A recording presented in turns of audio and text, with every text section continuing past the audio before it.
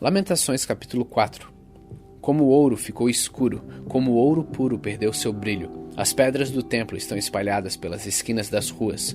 Os moços de Jerusalém eram tão preciosos para nós como ouro puro, mas agora são tratados como simples potes de barro. Até as lobas dão de mamar às suas crias, mas o meu povo é como as avestruzes cruéis para os seus filhotes. Os bebês de Jerusalém morrem de sede, as crianças pedem comida, mas ninguém lhes dá nada. Os que antes comiam comidas finas agora morrem de fome pelas ruas. Os que vestiam roupas caras agora vivem nos montes de lixo. O meu povo tem sido mais castigado do que os moradores de Sodoma, que foi destruída num momento pela mão de Deus. Os nossos príncipes eram puros como leite e sem manchas como a neve. Eram fortes, cheios de vigor, e os seus olhos brilhavam de saúde. Agora o seu rosto está preto como carvão, e quando eles andam pelas ruas, ninguém os esconde. A pele deles secou como a madeira e agrudou nos seus ossos. Aqueles que morreram na guerra foram mais felizes do que os que morreram depois, porque estes foram se acabando devagarinho, por não terem nada para comer. Quando Jerusalém foi destruída, mulheres que antes eram amorosas cozinharam seus próprios filhos e os comeram. O Senhor Deus descarregou seu furor, derramou o ardor da sua ira. Ele pôs fogo em Jerusalém e arrasou até o chão. Ninguém neste mundo, nem mesmo os reis, acreditava que algum inimigo conseguisse entrar pelos portões de Jerusalém.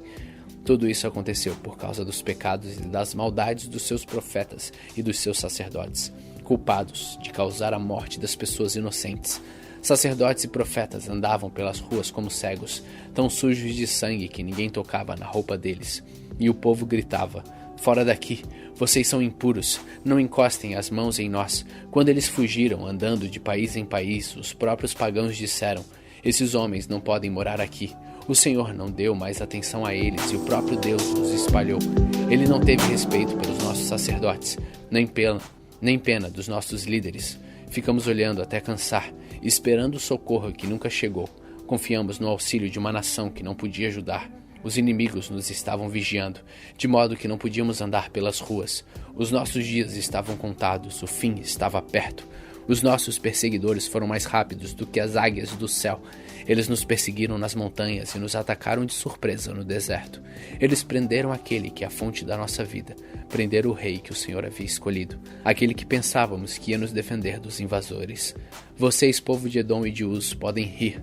Alegrem-se quando há tempo, pois a sua desgraça também está chegando. Vocês vão ficar bêbados e nus. Jerusalém já recebeu o castigo pelos seus pecados. O Senhor não deixará que os seus moradores fiquem espalhados em terras estrangeiras.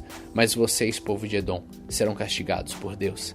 Ele fará com que todos fiquem conhecendo os pecados de vocês.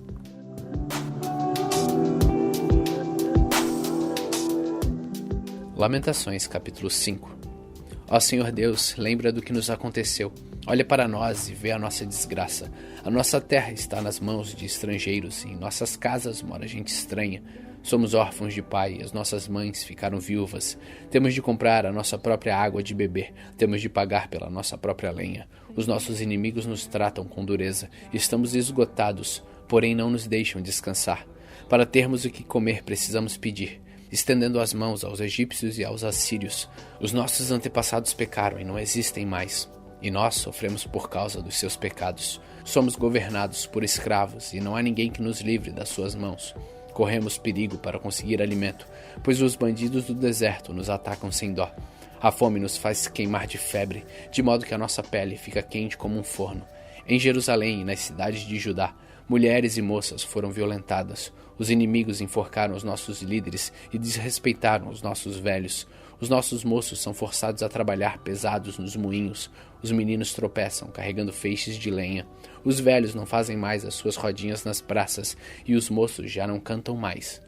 A alegria fugiu do nosso coração. Em lugar das nossas danças ficou a tristeza.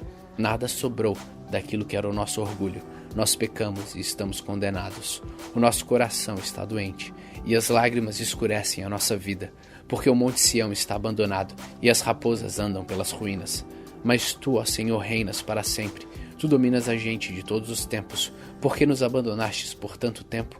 Será que lembrarás de nós outra vez? Faze com que voltemos a ti, ó Senhor. Sim, faze-nos voltar. Faze com que a nossa vida seja outra vez como era antes. Ou será que nos rejeitastes para sempre? Será que a tua ira contra nós nunca vai acabar?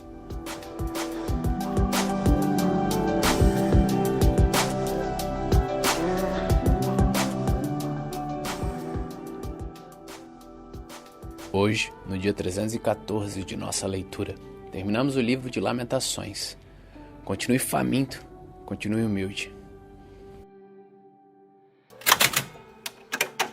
Salmos capítulo 130. Ó Senhor Deus, eu te chamei quando estava em profundo desespero. Escuta o meu grito, ó Senhor, ouve o meu pedido de socorro. Se tu tivesses feito uma lista dos nossos pecados, quem escaparia da condenação? Mas tu nos perdoas e por isso nós te tememos. Eu aguardo ansioso a ajuda de Deus, o Senhor, e confio na sua palavra. Eu espero pelo Senhor mais do que os vigias esperam amanhecer, mais do que os vigias esperam o nascer do sol. Povo de Israel, põe a sua esperança em Deus, o Senhor, porque o seu amor é fiel e ele sempre está disposto a salvar. Ele salvará Israel, o seu povo, de todos os seus pecados.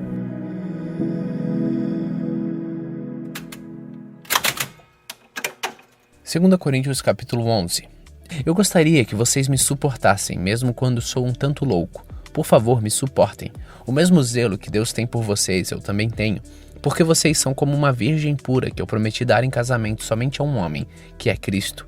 Pois assim como Eva foi enganada pelas mentiras da cobra, eu tenho medo de que a mente de vocês seja corrompida e vocês abandonem a devoção sincera e pura a Cristo.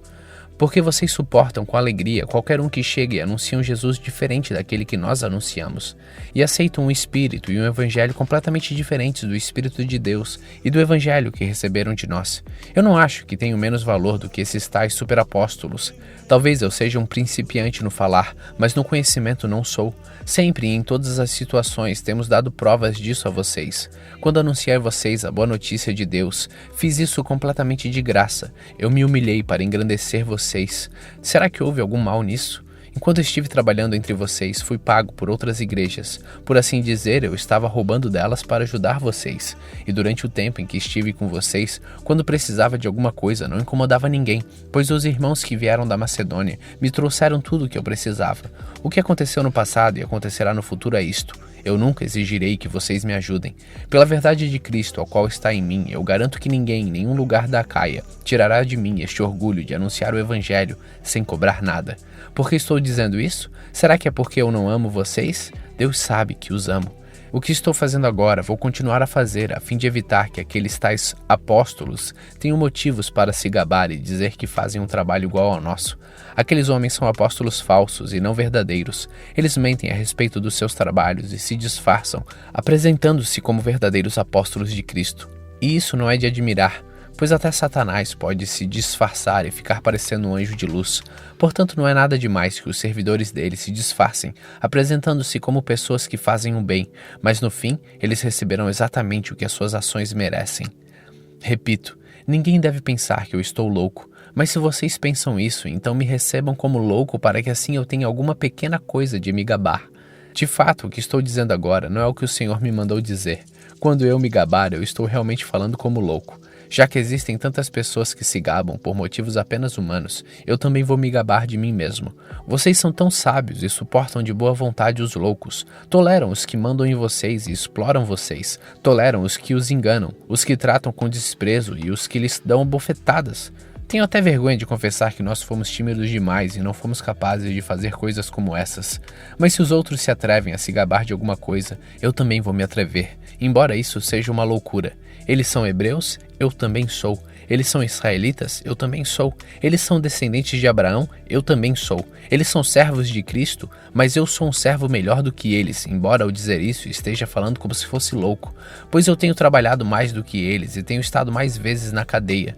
Tenho sido chicoteado muito mais do que eles e muitas vezes estive em perigo de morte. Em 5 ocasiões, os judeus me deram 39 chicotadas.